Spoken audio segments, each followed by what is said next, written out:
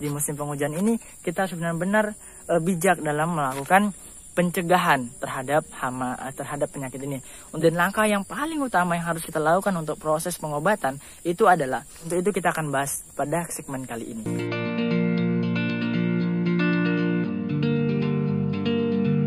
Bismillahirrahmanirrahim. Assalamualaikum warahmatullahi wabarakatuh. Teman-teman sekalian, kembali lagi di Anwar Jihad. Teman-teman sekalian, lihat di belakang Anwar saat ini lagi proses di kebun Anwar saat ini. Di belakang ini kita lagi nanam cabai. Usianya sekarang sekitar 6 hari setelah tanam. Teman-teman lihat belakang belum begitu terlihat ya. Dan di sini teman-teman, Anwar tuh tidak ingin mengajak teman-teman untuk review cabai Anwar, karena itu akan di segmen berikutnya.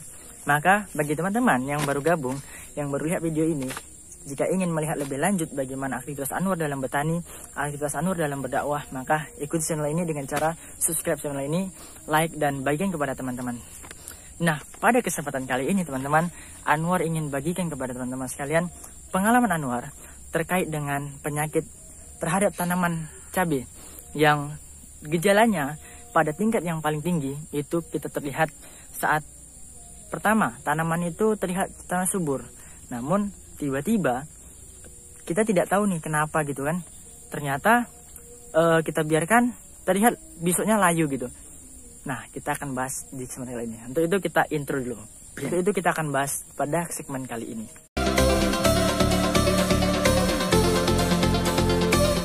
Teman-teman sekalian, ketika kita dihadapkan dengan hal tersebut, langkah yang paling tepat yang kita lakukan bukanlah panik. Bukanlah terus kita memasukkan semua jenis obat-obatan untuk mengatasi penyakit tersebut. Kalau kita lihat di gejalanya, tanaman layu ataupun yang disebut dengan mati mendadak pada tanaman cabai ini, itu sering disebut dalam dunia pendidikan disebut dengan layu fusarium.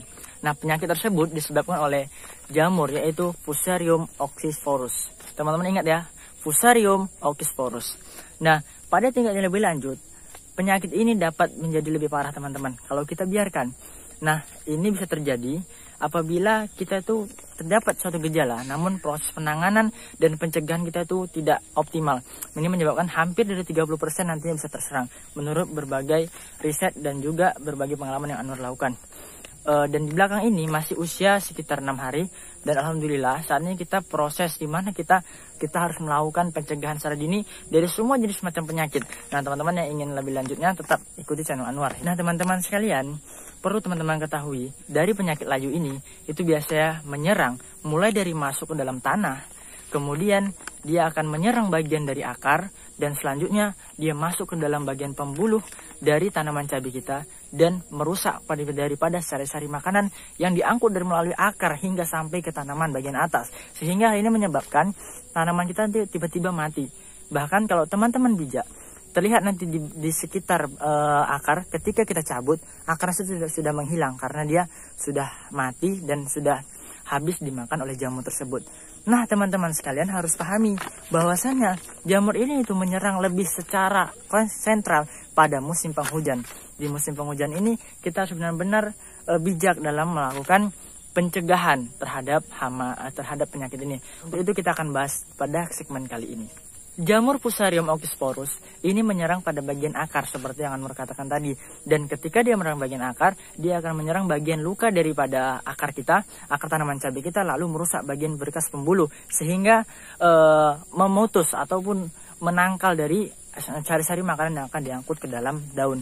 Untuk itu, sebelum daripada kita membahas tentang pencegahan, ini Anwar ajak teman-teman terlebih dahulu kita akan mempelajari tentang gejala-gejala yang terjadi terhadap penyakit ini, karena pada sejatinya dia tidak langsung tiba-tiba dia mati teman-teman, karena di awalnya itu dia bisa terjadi gejalanya yang paling utama. Yang pertama adalah terlihat daun mulai menguning.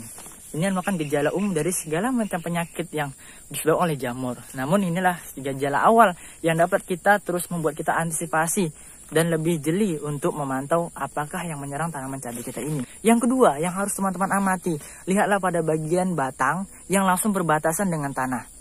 Nah, biasanya ketika tanaman sudah mulai terkena serangan jamur, yaitu jamur Fusarium ini, maka akan terlihat sedikit pecah pada bagian batang yang akan berbatasan dengan tanah. Ketika pecah ini sudah hampir menunjukkan gejala dari serangan jamur ini untuk selanjutnya akan kita lakukan tindakan dalam proses pengendalian gitu teman-teman. Gejala yang ketiga dari penyakit layu ini adalah perubahan pada warna batang. Di mana biasanya warna batang tanaman cabai itu antara kecoklatan hingga sampai hijau. Kalau dia sudah terkena serangan ini, biasanya bagian batang itu berdekatan dengan tanah. Karena dia kan ini menyerang pada bagian tanah. Itu akan terlihat sedikit hitam. Dan jika kita congkel tanahnya teman-teman bisa lihat. Ketika itu akar tanaman cabai kita hampir tidak ada lagi. Sampai tanaman itu ketika kita gerak-gerakkan, ketika kita berikan sentuhan, dia akan mudah untuk bergoyang-goyang gitu teman-teman. Itu gejala yang ketiga. Gejala yang keempat ataupun yang terakhir pada serangan penyakit dari layu ini teman-teman adalah tanaman itu tiba-tiba kalau kita tidak jeli, kita akan melihatnya tanaman itu awalnya itu bagus gitu teman-teman, subur. Namun secara tiba-tiba dia akan mati, akan tiba-tiba layu. Kita kadang menganggapnya kok bisa gini gitu kan. Maka itu adalah gejala dari serangan jamur ini. Harus memperhatikan. Dan biasanya di bagian akar, di bagian tanah itu akan terlihat bercak-bercak putih yang menandakan itu adalah dari jamur itu teman-teman. Teman-teman harus lebih bijak lagi ya ketika kita melakukan penanaman cabai.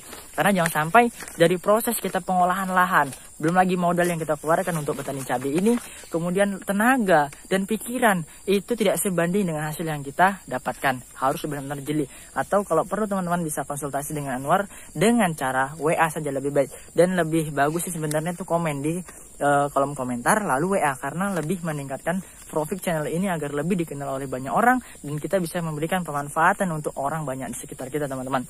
Itu adalah gejala. Dan selanjutnya kita akan bahas bagaimana cara mencegah. Karena mencegah lebih baik dari mengobati. Sebelum kita langkah mengobati, kita akan bahas tentang langkah mencegah. Jadi proses pencegahan adalah proses di mana kita melakukan segala bentuk aktivitas yang akan menghindari dari serangan penyakit ini. Jelas itu lebih enak ya teman-teman. Benar.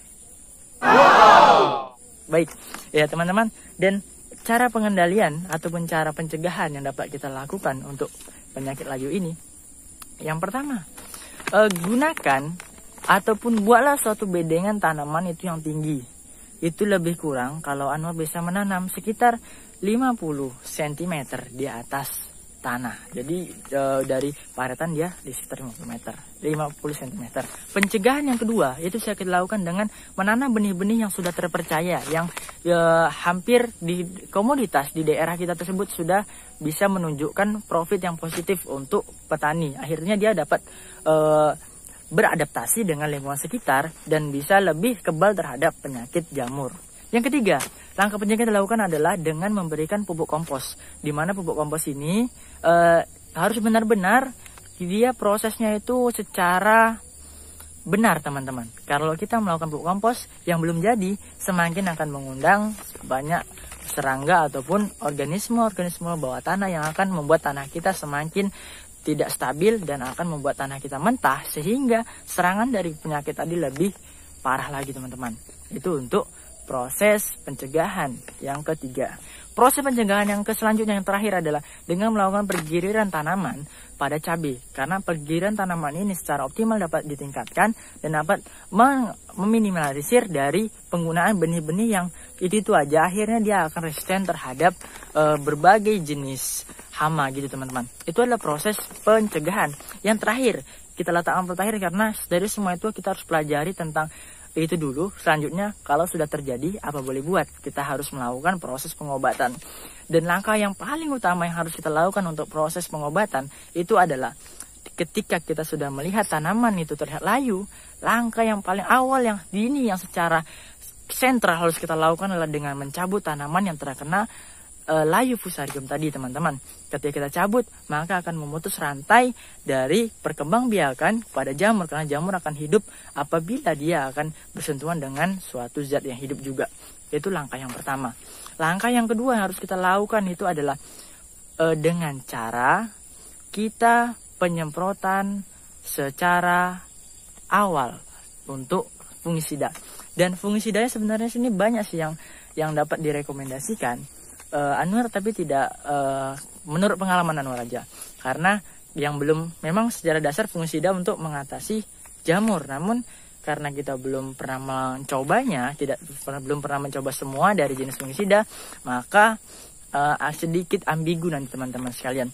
Maka menurut pengalaman Anwar bagikan kepada teman-teman sekalian ini secara gratis, dan alhamdulillah dari pengalaman sebelumnya sih sering terkena yang namanya penyakit Melayu ini, namun setelah menggunakan itu alhamdulillah aman.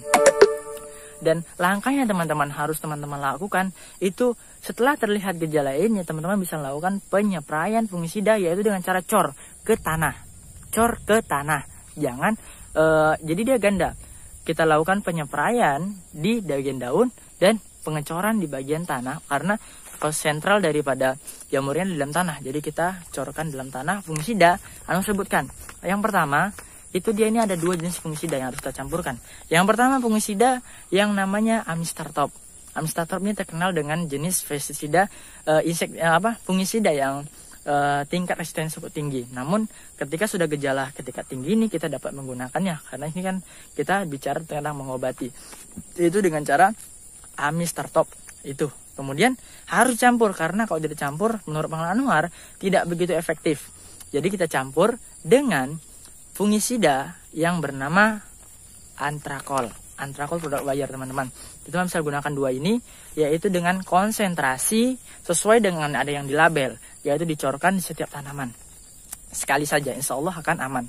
Dan kalau untuk proses pencegahan tadi Anwar lupa, ternyata kita bisa yang paling sentral tuh melakukan penyepraian secara rutin menggunakan fungisida yang berstandar proses resistensinya rendah. Karena kita kan proses pencegahan tadi. Namun kalau sudah terjadi pengobatan, kita gunakan Amistartop dan Antrakol. Teman-teman ingat ya. Jadi itu yang kita gunakan selama ini.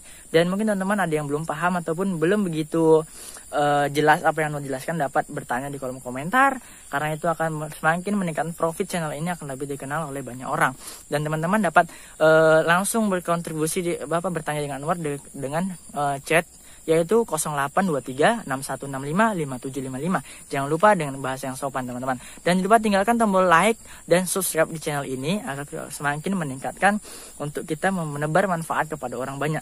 Sekian dulu dari Anwar teman-teman. Jika ini bermanfaat, sekali lagi terima kasih, dan jika ini kurang bermanfaat, Anwar mohon maaf. Dan kita lebih baik berikanlah suatu motivasi dan arahan untuk Anwar bisa membuat konten yang lebih bermanfaat lagi. Sekian, mohon maaf. Assalamualaikum warahmatullahi wabarakatuh.